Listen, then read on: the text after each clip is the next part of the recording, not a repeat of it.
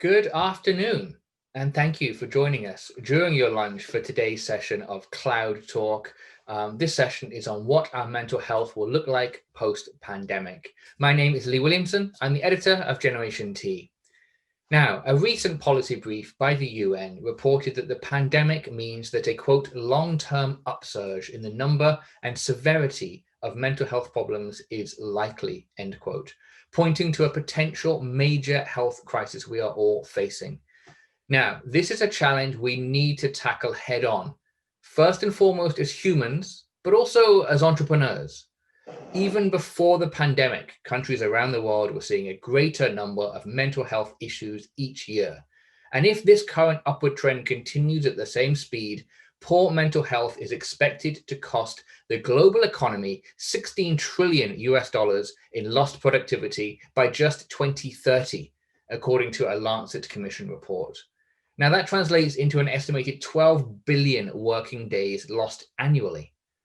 To discuss the effects of the COVID-19 pandemic on our mental health, the lasting impact we may see after the pandemic is over, and how we can start looking after our own mental well-being, Gen.T Southeast Asia editor Chong Xiaowei will be in conversation with two mental wellness advocates from the Gen.T community. Bradley Dowding-Young is founder and principal CEO of digital wellness startup Silent Mode. Combining his knowledge of mindfulness, sonic design, and breathing work, he has created products including a wearable face mask that helps to reduce anxiety and improve performance, health, and general well-being. And Bradley is joined by Amir Sadiq Amir Nordin. Amir is an associate professor of psychiatry, a consultant psychiatrist, and chief coordinator of the University of Malaya's Center of Addiction Sciences. He also has a podcast, On Air with Dr. Amir Sadiq, where he openly discusses mental health issues in the hope of ending the stigma around the topic. So let's take a look at our agenda. We're beginning right now, and my colleague Xiaowei will take over a panel discussion with our two guests for about 25 minutes. Then we'll have about 5 or 10 minutes to answer your questions. So if you have a question for Bradley or Amir, do put them in the chat box and I'll be asking them later. After that, at the very end, Bradley is going to lead us in a breathing exercise together to help us reset, recharge, and get ready to tackle the rest of our day head on. And now, just a little bit of housekeeping. This session is being recorded and the video will be published on our website, GenerationT.Asia, on Friday if you want to review what you've seen. All attendees will be on mute and view only mode. So the best way to interact with the speakers this afternoon is through that chat box and asking your questions. And you can also choose between gallery view or speaker view to watch today's webinar. If you choose gallery view, you can see all speakers at all times. If you choose speaker view, you can see one person, the person speaking at that time. And yeah, use the chat box not only for questions, but for comments to speak to your fellow attendees. And do tag GenerationT_Asia and hashtag GenerationTAsia on social as well. So without much further ado, I'm going to hand it over to Xiaowei, Amir, and Bradley. Xiaowei, take it away. Thanks, Lee. So hi, everyone. Xiaowei, the Southeast Asia editor for Gen.T here. And I'm so glad to be speaking with Amir and Bradley today on a very important topic, mental health. So before we jump into the very serious questions, obviously, I would like to find out a little bit more about how you guys have been doing. How has the pandemic been treating you guys? Maybe we can start with Bradley. Yeah, I mean, it's definitely a year that no one expected, obviously. You know, looking back to this time last year when we were coming into a glorious year of 2020, we had no idea of the impact that we would see this year. So I think, you know, we mentioned earlier that everything's just been turned upside down. So, you know, even as the, founder of a wellness company, I'm definitely feeling the stress this year, but I think there's a lot of positives to come from it as well. Right. What about you, Amir? How are you doing? Well, thanks for having me both. First of all, I'm feeling okay for the last probably 8 months of the pandemic. In a way, we started, at least I was, during our what we call a mini lockdown or the movement control order in March. But going into November, December, just like Bradley has been mentioning, I've been needing to use a lot more of my knowledge in actually trying to cope with the situation that we are all in at the moment. So obviously mental health is not a new phenomenon, right? But the pandemic has kind of exacerbated the situation as people experience different issues, different emotions, whether it's like worrying about their business, whether it will survive the pandemic, and also having to deal with other things such as staying at home a lot more than usual. So like what Lee mentioned, right, the pandemic will, or actually possibly might be leading us towards a major mental health crisis. So from your perspective, Amir, how has that situation kind of played out on your end in terms of the numbers as well as the kinds of cases that you've been looking at or seeing throughout this year? Well, so first of all, I mean, I've been involved with previous tragedies, and I sort of understand that the psychological impact is often going to be seen much later compared to the physical impact. You know, for example, we were quite worried at the very beginning of the year with regards to contracting COVID, for example. But then people were not talking very much about the psychological impact. I mean, I've been advocating that we probably need to do a little bit more in terms of our strategy for Q4 and probably Q1 of next year. And we're now, as Bradley had mentioned, we're really at the end of the year. We're at Q4 now. So we should have a strategy in place because now we are starting to see the impact of the COVID in terms of our mental health. And some have actually reported it as to be the fourth wave, depending on which country you're in. So maybe like Lee was saying, in Hong Kong now, it's probably going to be like a fifth wave, but in Malaysia, it's considered a fourth wave because we're currently on the third wave. But it's actually almost like the collateral damage of COVID-19. It's just that even myself personally, I've not been able to really appreciate the extent of our mental well-being until, like I said recently, when after 9 months of working in this field, seeing people struggling in this field, and also managing my own mental health, that you're starting to feel the strain. And what we're seeing now, at least in the clinical practice, is that we're seeing a rise of people just like myself and probably all of you out there who don't have a mental health problem to begin with, but are starting to probably feel just that little bit despondent, a bit tired. People are working from home. Some people are actually working from for 9 months now. Yeah. You know, they're starting to really get the impact of isolation.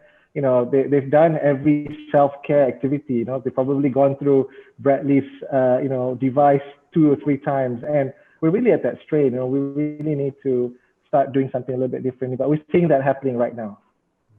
Okay. So you mentioned that some people are feeling a bit of a strain. What would be the more impactful or more severe lasting impacts that the pandemic may be having on our mental health that we might be possibly seeing in the next few months?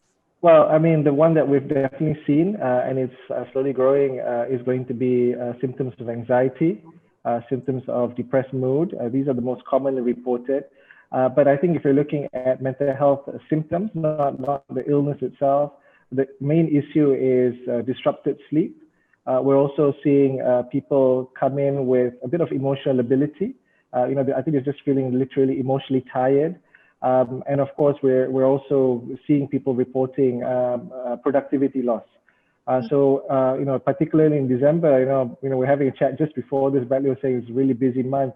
It has been for us as well. I think lots of companies have come forward wanting some advice and some support in how to manage a workforce that I think has been mentally exhausted working through this pandemic over the last 9 months. And Bradley, your company works with people to kind of improve their productivity and energy levels, right?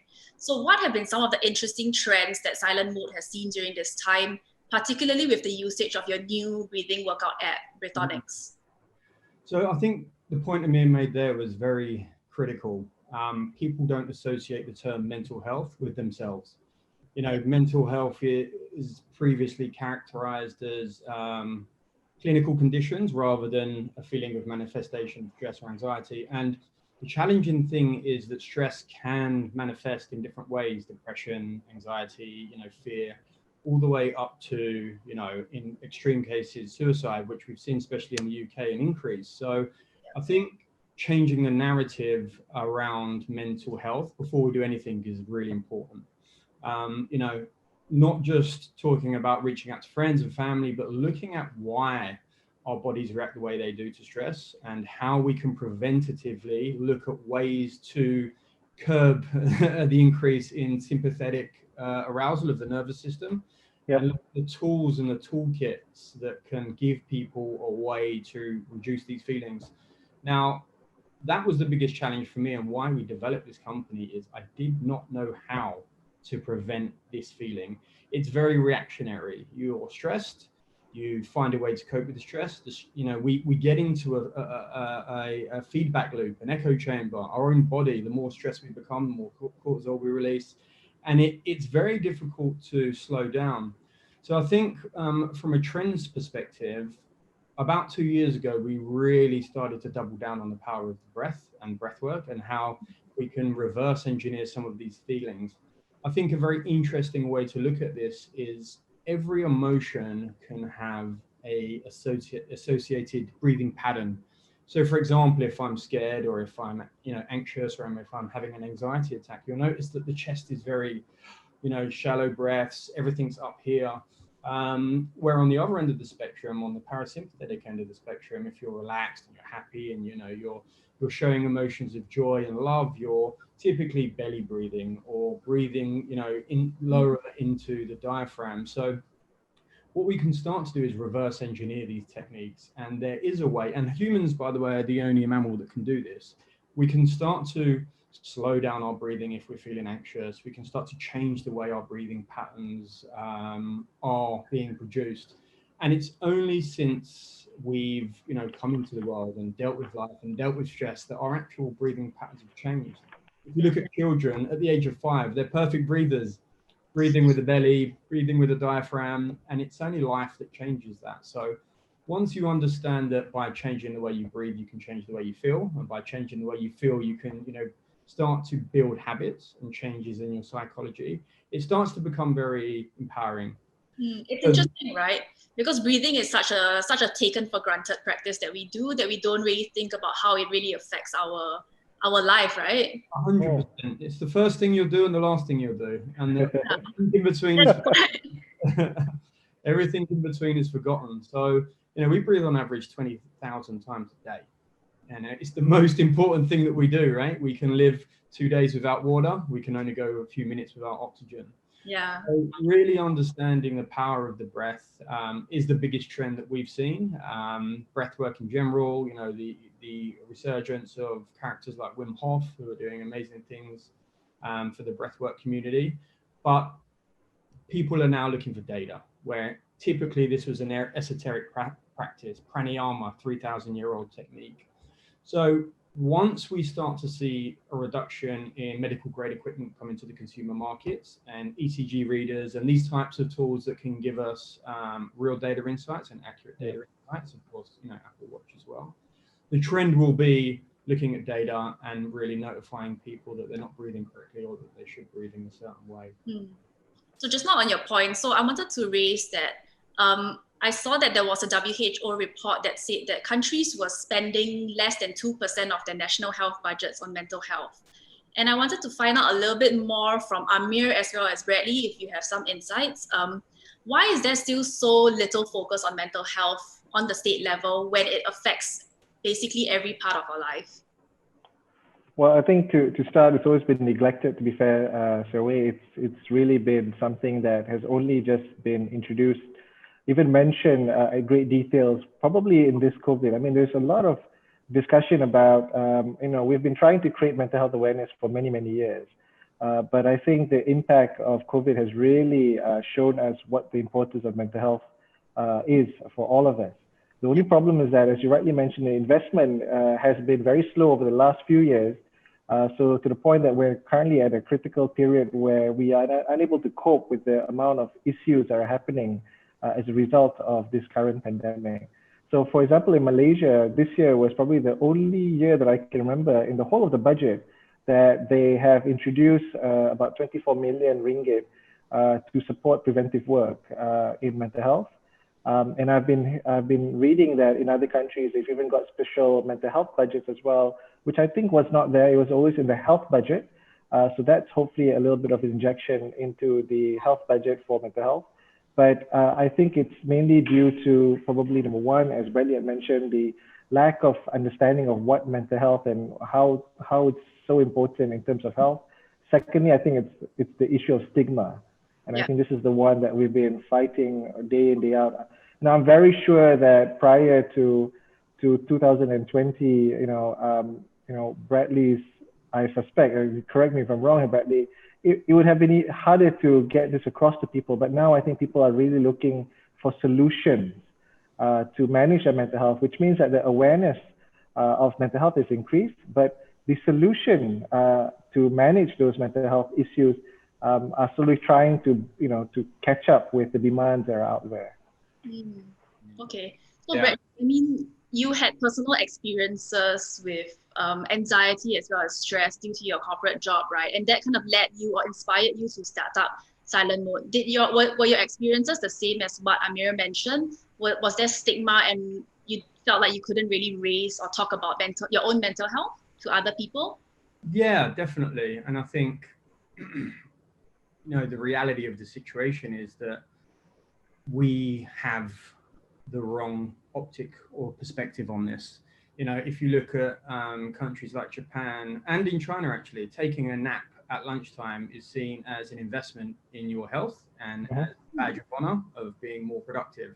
If you take a 20-minute or a 60-minute nap, you're going to rebuild some cognitive function. You're going to get an extra 4 hours, work in the day. What I saw in my corporate life was, you sleep when you're dead, you work, every hour that God sends, and you try and hit targets and grow, whatever role you're happen to be working in. So I think that the changing perspective is critical. And just to add to what Amir was saying, I think one of the reasons we've started to see such a shift is because the decision makers now see mental health as a line on the bottom line. Okay, if we can start to show that techniques or tactics or tools or programs can start to improve productivity and reduce sick days, the general overview and feeling in the office, that has a direct impact on the bottom line. Yeah. So now there's a discussion around, releasing more funds, releasing more support into mental health, purely from a corporate perspective, and that's what we've seen a lot more of. For us, coming back to the question around growth in 2020, we've definitely seen a rise. We've been working on this for 4 years, but it's been very difficult to get mental health across. We use terminology like mental fitness. Everybody understands the importance of physical fitness. Everybody's now starting to realize the importance of mental fitness. So we're seeing a trend of working in instead of working out. It's very much a branding exercise of how do we get people to move away from the stigma of mental health and into the mindset of performance, positivity, growth. So this whole market is kind of moving in real time. And, to come back to your question, it was very much my experience that I was working too long, too hard, for too many hours, weekends. I think mobile devices have contributed a lot to that in the bring your own device economy. Yeah. I think that WhatsApp, my experience of working in Europe, you tend to finish work at 6 o'clock. In Asia, I was definitely working till midnight. I was definitely, on WhatsApp on the weekends, and I think it contributes, so that led to the feeling of something has to change. And it comes with, it's a very common culture across Asia, right? To be working long hours, like how Alibaba's Jack Ma actually advocates for the 996, right? I mean, not everybody in Asia would agree with that, but we do see quite a few companies actually adhering to this kind of practice, which is really unhealthy for not only our physical health, but for our mental health as well, right? So, I mean, bringing back to the conversation, right? I wanted to find out a little bit more from Amir. Why do you think it's so important for us to talk about our mental health, and kind of what happens if we don't actually address our mental health issues early in the get-go? Well, I think first of all, the definition of health is mental health, physical health, and social well-being in the absence of disease, right? So in order for you to be healthy, you need to have all three components on board. That's the first step.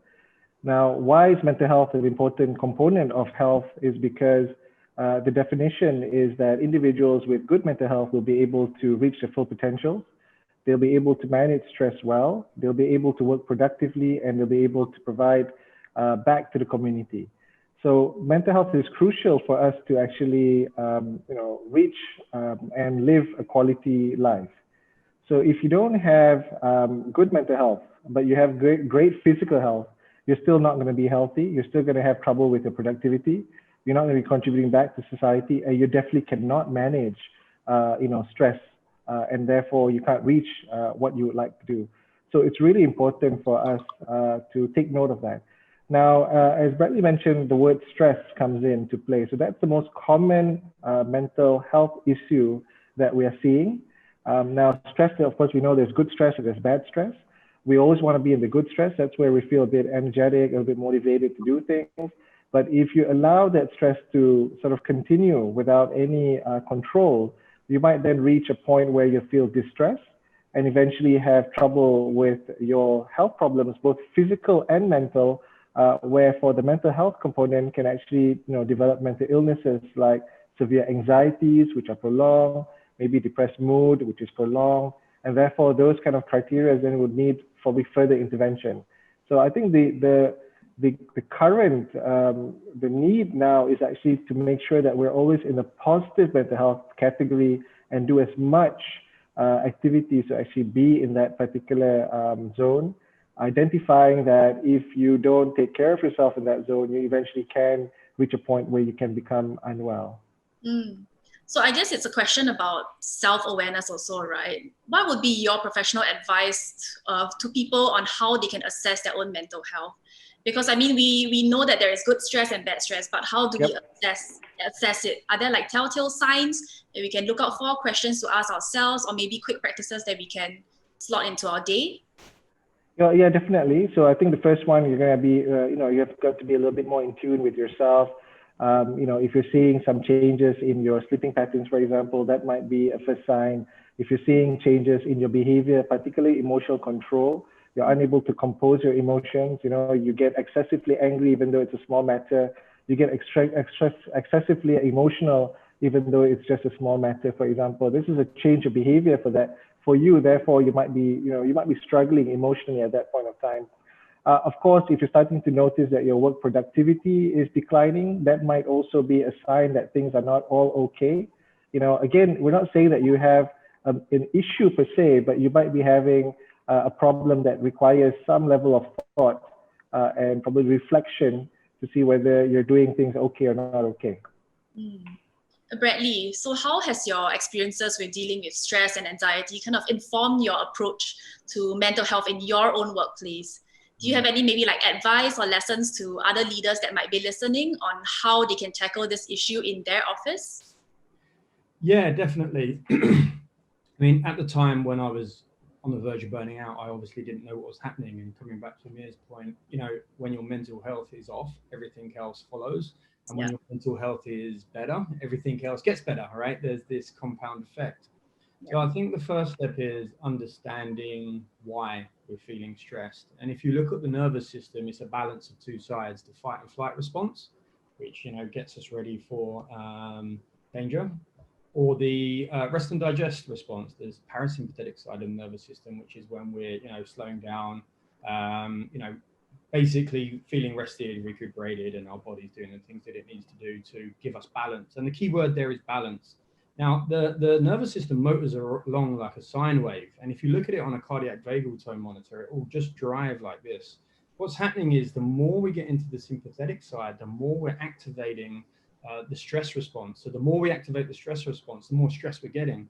So once you understand that both sides can be trained like a muscle, you then start to understand, okay, well, if I'm feeling stressed or anxious or, I'm feeling panicked, this is what I need to do. I need to invoke a breathing exercise that will slow down the release of cortisol, which will help me relax, which will help me feel more balanced. And the more you learn these techniques, the more you can implement them. The more you implement them, the more your body builds its natural stress response. So for me, that was the changing point. Just knowing some simple techniques, some simple tricks that allowed me to deal with those scenarios. And then from there, I would take my breathing into a 30-minute exercise in the morning. From there, I would then go into cold exposure and cold showers and stuff. But that was a little bit later on in my experience of trying to build my immune system. but it definitely started with first understanding why. And I think that was the most important part, because it made me realize, okay, I'm not having a breakdown. I'm just, succumb to the scenarios which are happening around me. And if I acknowledge them, then these are the ways in which I can combat it and eventually provide a preventative plan. And that was really the light bulb moment for me, that I don't have a problem. I'm just, succumb to my surroundings. So I think in 2020, those macro events have just increased. The response to those events has increased, and now everybody's feeling the halo effect of that. But if we can all consciously realize that it's not an individual problem and there's ways to bring it back down organically and naturally, then we can do that. Yeah. And how do you think, leaders as they lead their companies or lead their teams remotely, right? How can they kind of manage the employees' mental health, or make sure that everyone is okay and healthy, right? How would you, from your experience, how would you do that? So I would definitely create a forum where people can openly speak about mental health. I think one of the challenges I saw in my old career was nobody wanted to show weakness. Nobody wanted to be the person to say I'm struggling, because, is that going to affect me having a promotion? Or so I think taking the stigma away and creating a forum, whether private or public, whatever way you think is best for your company. And then advocating, leading by example. We regularly do breathwork exercises in the morning as a team. We allow flexi time at lunch for people to take naps. We give them areas in which they can go and lay down and take naps. I think it's just taking a pragmatic approach to human nature. If somebody's stressed, don't pile more on top of them. Let's come together as humans and help each other. And I think we're seeing a lot of change in leadership from a lot of companies around mental health, wellness programs, well-being programs. And I think it's fantastic. And the more that they see, the more that brings back to the company. I think there was a study by one of the universities in the US, I can't remember which one, but they showed that for every $1 spent on wellness, they were receiving $3 back in productivity. Yeah, I think it's like five USD in returns or something like that. From one 3 to 5 USD, yeah. Yeah. So, and just letting people release, release the tension, release the stress. Yeah. Amir, what are your thoughts on that? Any professional advice on how leaders who want to put in place policies or initiatives or programs to address employee mental health, how and where do they start?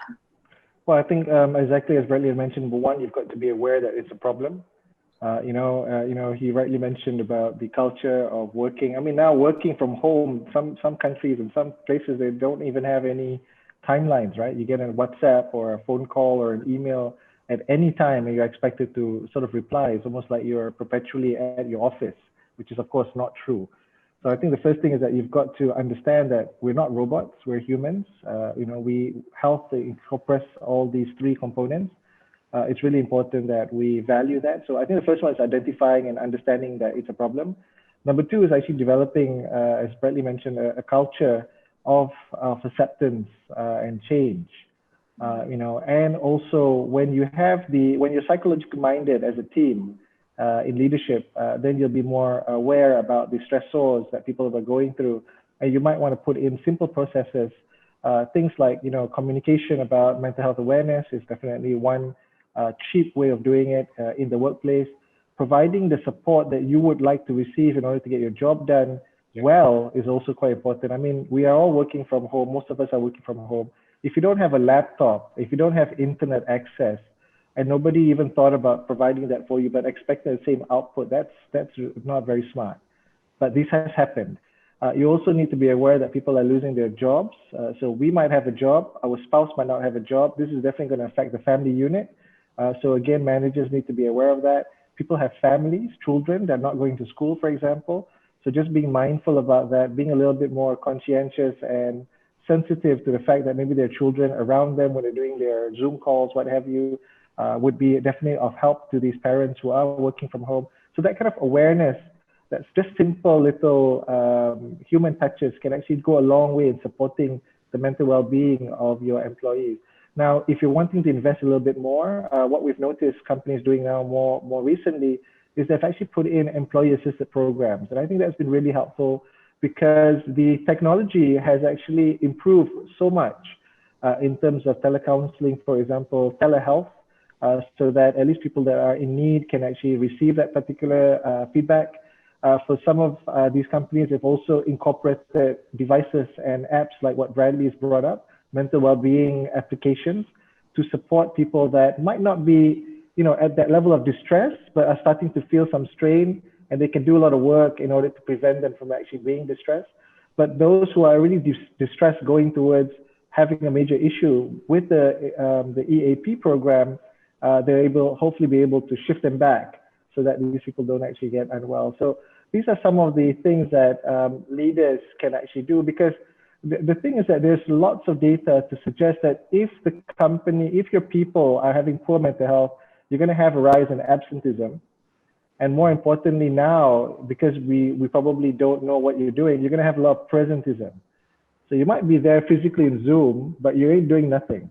Your productivity is zero, right? So this is happening quite a bit. So it's really cheap actually to invest in mental health, because you're going to get a lot more for that dollar, almost like 1 to 5, as you mentioned just now, with these small little things that you can do and improve productivity by so much. I think this is a great place to end the discussion. I'm very conscious of the time. We are slightly over the time. So I think we should move to the Q&A section. I see that we do have some questions coming in from the audience. So thank you both for sharing your insights so far. Lee will be coming back on to be doing the Q&A with the both of you. So Lee, over to you. Thank you.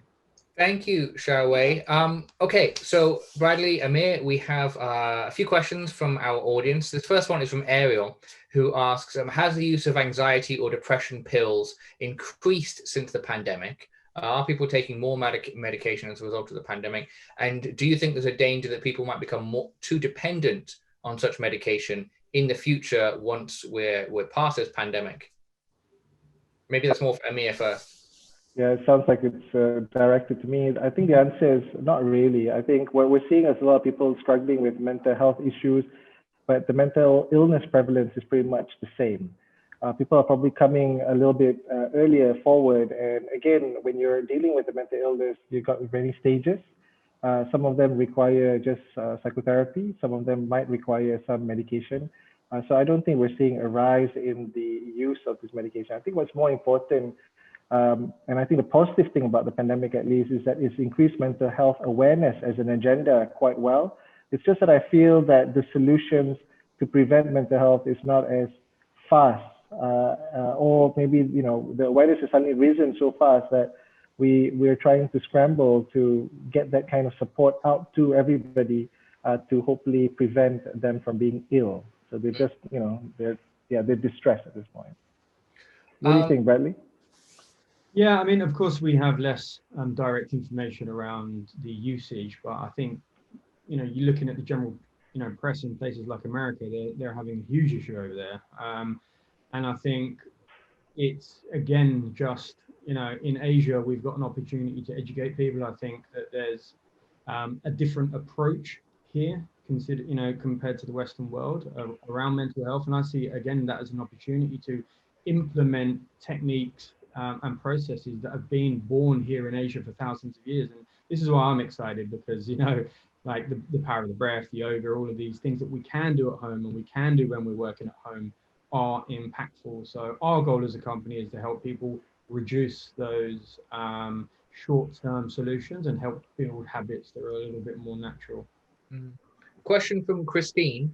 How can you help someone going through a difficult time mentally, especially if seeking professional help isn't what they're ready for just yet? And how can you protect yourself from being mentally affected by this situation? So I think for me, it comes back to what we were saying earlier. It's just understanding why you're feeling stressed and then looking at techniques or ways to reduce that stress and just trying what works for you. There's a ton of content online, psychoacoustic soundscapes, breathing exercises. There's a ton of free resource. Even on our app Breathonics, we give access to, I think, 10 hours of sleeping content. So I think just getting the basics right in place first, starting with sleep for me, it's very much at the top of the pyramid. Are you struggling to sleep? Is that one of the triggers? Are you overworked? Like just really kind of looking at what is building the stress and how you can get ahead of it from a preventative solution. So yeah, using resources that are out there, speaking to friends and family. And then of course, I'm a big advocate of understanding the breath. That is the fastest way to impact your nervous system that we've found so far. Amir? Well, for us, we've got a campaign in Malaysia looking at, we call it Let's Talk. So TALK has a meaning. Tell someone your problem, someone you trust your problem, ask for help.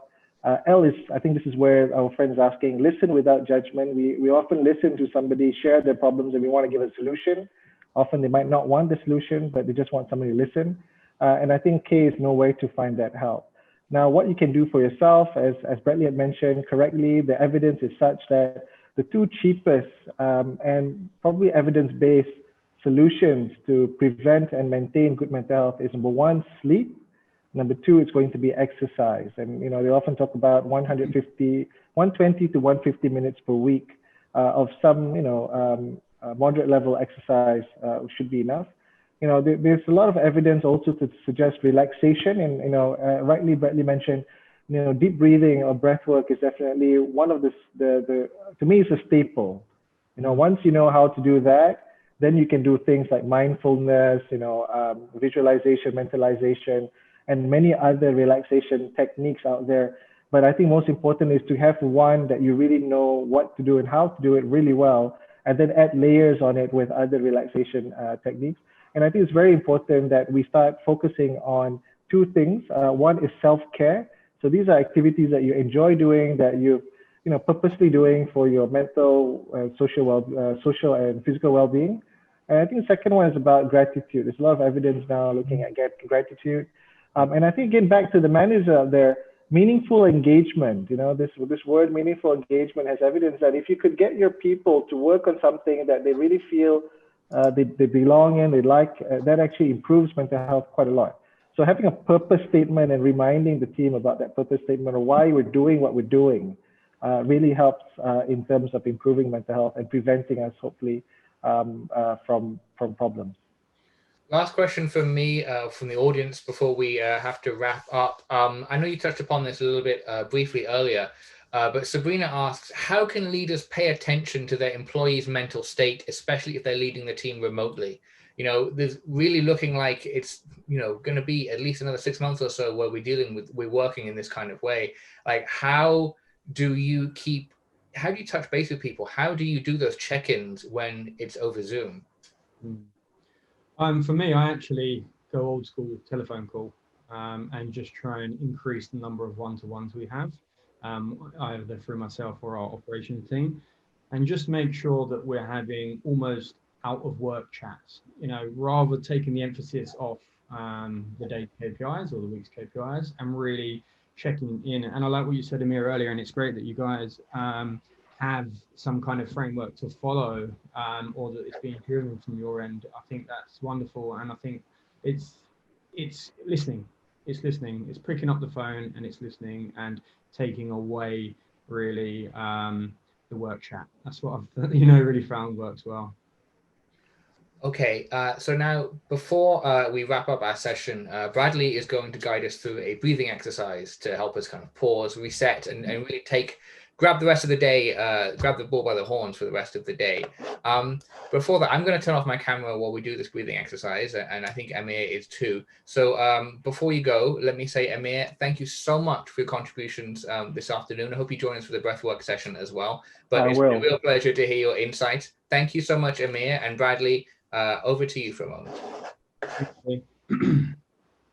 So this is a technique that I found to be super useful to help you balance, reset the nervous system. As we mentioned earlier, it's about understanding when we're feeling stressed and how to combat that. So first I want to take your awareness actually to your breath. And I want everyone to just take a normal breath, be aware of it. Happy to use your mouth in this example so you can hear the oxygen, and just notice where you're breathing. Just a normal breath, and just bring in awareness to where the oxygen comes in, where the body moves, the range of movement and the location of movement. And just keep going for a few more breaths and really try and see if you're breathing in your chest or if you're breathing with your belly. So take a few more breaths. And now we want to take the awareness down to the diaphragm. Now, the diaphragm is a plate and it expands as we breathe in. It draws oxygen into the lungs and it displaces the organs and pushes the organs down, and it narrows as we breathe out. Now, this is the primary breathing muscle, and it's hard to feel because there's a limited number of nerve endings there. But if you just start by touching the ribs, just underneath the ribs, and moving down along the bottom of the rib cage, this is where our diaphragm sits. Now, our goal is to use the diaphragm to breathe and not the chest. We don't want to take a vertical breath. We want to take a horizontal breath, which is. So you'll notice my shoulders didn't move. So I just want everybody to try and take a horizontal breath. Filling up the diaphragm, flattening. And narrowing so that your belly comes in. Now, our goal is to create a biomechanically sound breath pattern. It takes a lot of practice, but today we're going to do a series of breaths, which are going to be 5 seconds on inhale and 10 seconds on exhale. Now, using the diaphragm, I'd like everybody to follow me as I invite you to breathe in for 5 seconds using the diaphragm.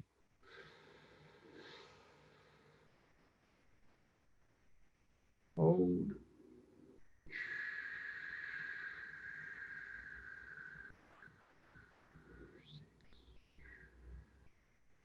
9 and 10.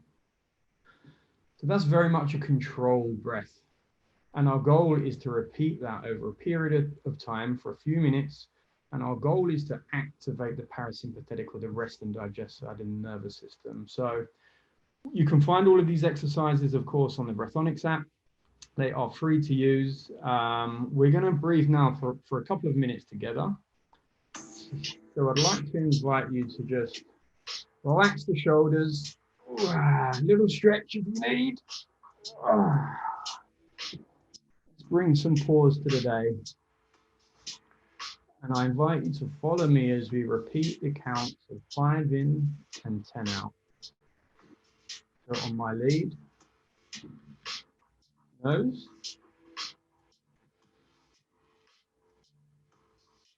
mouth.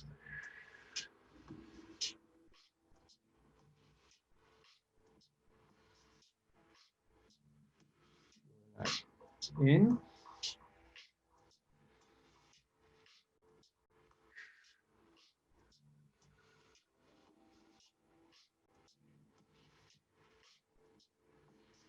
Closing your eyes if it helps. Keep going. Inhale.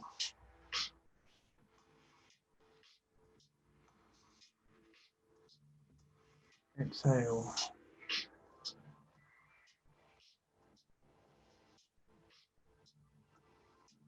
8, 9, 10. Pause. Inhale.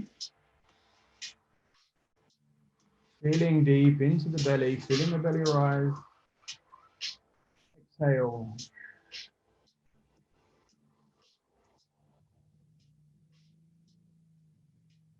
8, 9, 10. Inhale through the nose.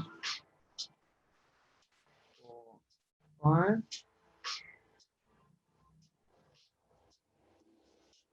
Relaxing shoulders on the exhale. We're going to do 3 more rounds. Inhale.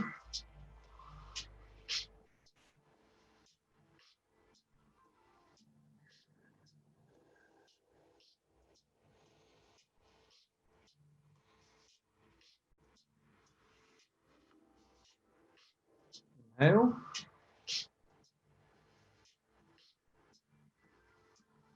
Exhale.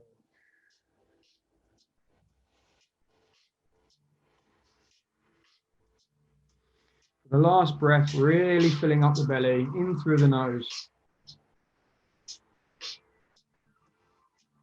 Exhale.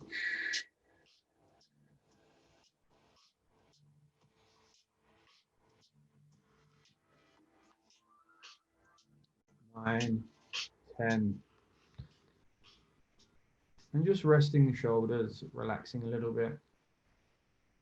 And it's a really easy technique that we're using to activate a little bit on the inhale and then exhale with control, trying to get to a point where we're getting to around 5 breaths per minute.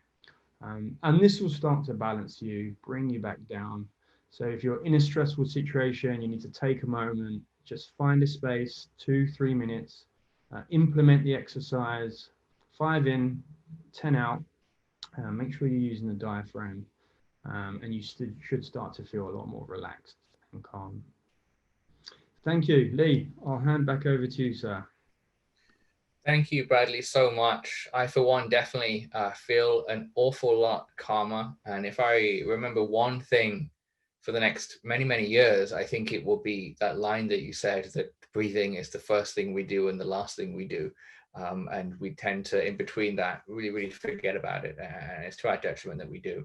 Thank you so much, Bradley and Amir, and also Xiaowei for guiding a fantastic conversation as well. And thank you, most importantly, for joining us. For more information about our past or upcoming events, do visit GenerationT.Asia or follow us on Instagram at GenerationT_Asia. Now, for the Gen.T honorees in attendance today, we have a number of networking events taking place across Asia over the next few weeks in China, Singapore, Malaysia, Indonesia, and Hong Kong. Some of those are taking place physically, some of them are taking place virtually, depending on current restrictions. And also for everybody watching today, we have an upcoming Cloud Talk in early January with Dr. James Gifford, who's the head of Impact Advisory at Credit Suisse, who's going to talk to us about ESG, impact investing as well in a closed door workshop. That should be really, really fantastic and fascinating viewing as well. Thank you so much to our speakers. And once again, thank you so much for joining us during your lunch hour for this Cloud Talk. We'll see you again soon.